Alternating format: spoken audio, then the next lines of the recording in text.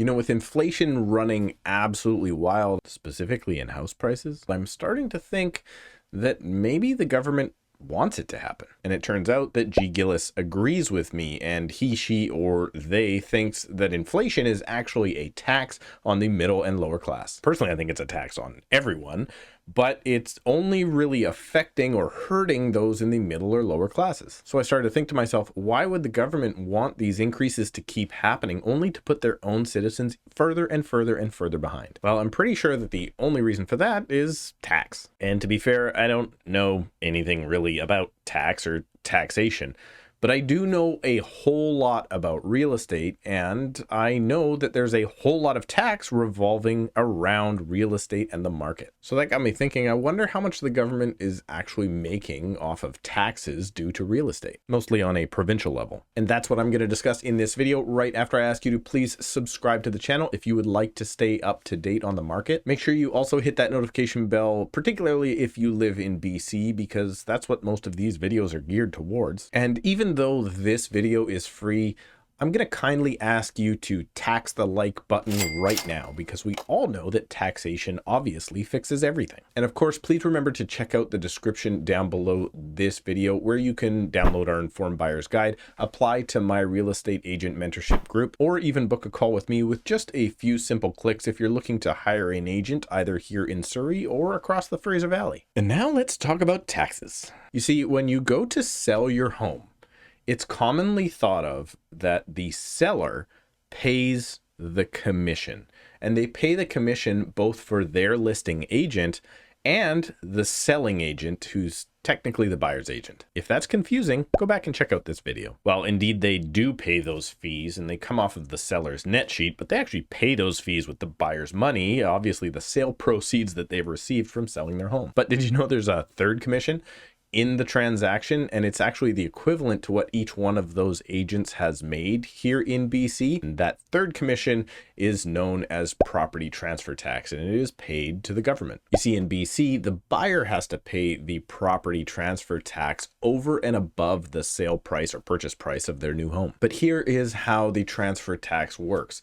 The calculation is 1% on the first $200,000 of the purchase price and 2% on the balance thereafter. So let's rewind and go back to when they introduced this tax in who knows how many bazillion years ago, way before my time. The government brought it in and said, no, it's okay. We're only going to charge you 1%, and only those rich people with houses over $200,000 will get taxed 2%. So don't worry about it, because me, Mr. Politician, I'm here to save you, the hardworking middle and lower class. And then not that many years later, in my market here in Surrey, houses quickly rose to over $500,000. And then just a few years back, the government thought, I know what we should do.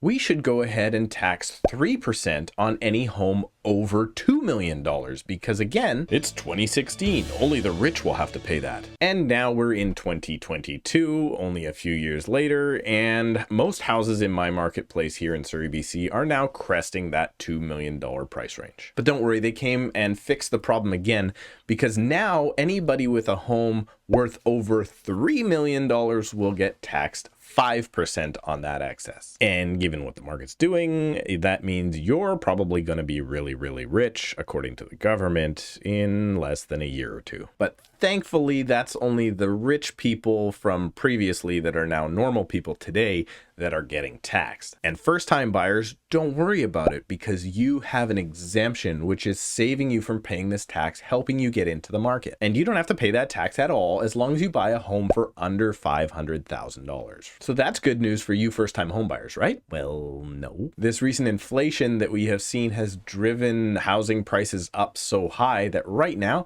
you can't even buy a one-bedroom apartment in the city of Surrey for under $500,000. So you are exempt from the tax as long as you buy under $500,000, but prices are now over $500,000. So what does this all mean? Well, it means the government is making a commission of a minimum of 2% of the overall purchase price minus $2,000 now on basically every single home that's being sold in Metro Vancouver. And let's face it, with those price points, across most of the province. They're now making 3% on the portion over $2 million, which is a luxury home that is also no longer a luxury home. And they're now making 5% on the portion over $3 million, which today is a luxury home, but won't be very shortly. If you can remember back to 2015, when the market really started to take off, Christy Clark and the provincial Liberals took in over $1 billion, that's billion with a B, just from property transfer tax. In 2018, the provincial budget expected that number to then surpass, get this already, just a couple years later, $2 billion.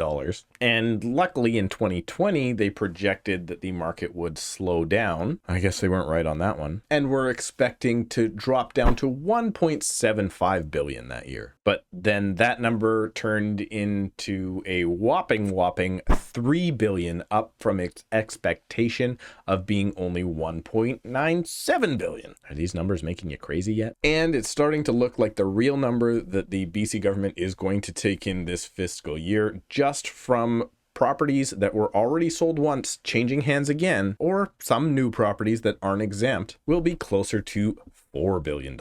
And I would assume that that number is only going to increase almost exponentially because, as I mentioned earlier, right now, the average home price in my market here in Surrey, BC, is coming very close to the $2 million mark. So don't forget, they're going to get a whole nother percent on the excess after that. But don't forget property taxes as well, which is a totally separate thing paid annually. Oh yeah, they made over $2.6 billion off of that in 2018, and I can only imagine that that has skyrocketed since. And now there's even a push to add an extra tax on top of any home that is worth over $1 million throughout the province, because taxation is way better than raising rates, right? So personally, my $4,500 a year property tax could easily become $6,000 or more if this guy gets his way. And before you say, well, only people that can afford it own homes that are over $1 million, consider that this affordable housing unit that was built almost 50 years ago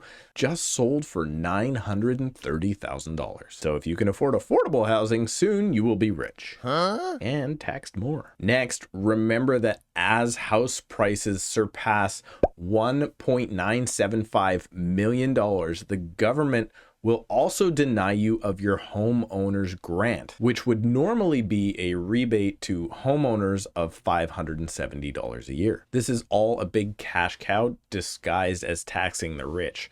But really, they're just taxing you, the homeowner that is doing their best to just pay their mortgage and hopefully not pay over $1.70 a liter for gas at the same time. Well, I'm going to kind of stop here because I don't know enough about income tax, but I do know that according to these charts, it is the biggest portion of income for the province. And that means the more house prices go up and the more I might make as a real estate agent, the government's going to take 48% of my earnings as well. So this has been a little bit of a rant, and I apologize. It's probably like the fourth rant in just a couple of weeks, but I want to get across a point here.